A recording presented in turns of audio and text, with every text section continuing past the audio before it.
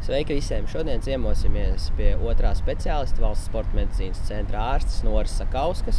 Raidījumā runāsim par bērnu pareizu ievadīšanu sportiskajās gaitās.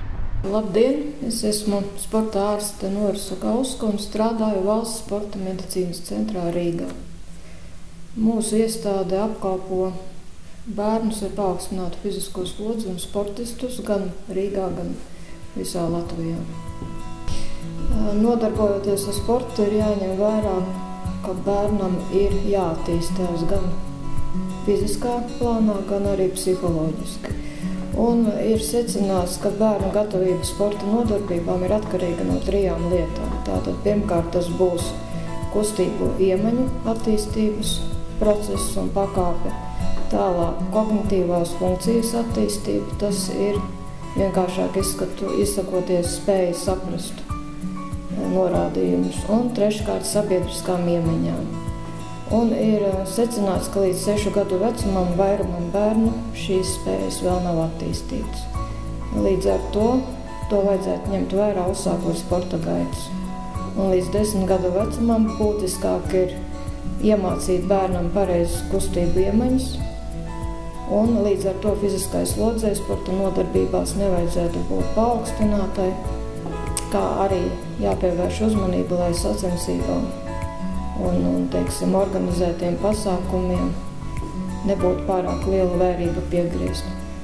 Tas nozīmē, ka bērni netiek trenēti sacensībām, bet gan savai attīstībai. 3 līdz 5 gadu vecumam skaitās agrīnā bērnība. Bērnam varētu sākt mācīt kaut kādas sportiskās iemaņas, bet galvenais akcents ir jāliek uz rotaļu elementu.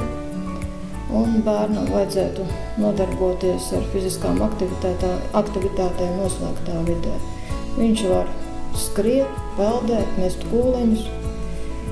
Savukārt vecumā no 6 līdz 9 gadiem, kad ir bērnības periods, var jau sākt apgūt iemaņas, kas ir saistītas ar noteiktiem sporta veidiem. Piemēram, vieglatlētika, tā būtu skriešana, mācās mest bumbu, mācās peldēt.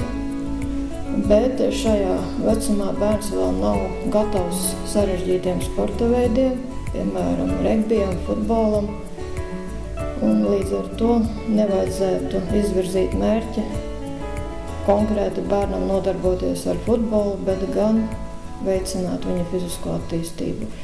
Un vēlīnā bērnības periodā, tas ir 10–12 gadi, var jau sākt lemt par to, kādi sporta veidi bērnam varētu padoties, un viņu tad attiecīgi arī trenēt vai nu futbolā, vai nu regbijā. Ja gadījumā neesi redzējis iepriekšējās sērijas, tad ar tām iepazīties var šeit.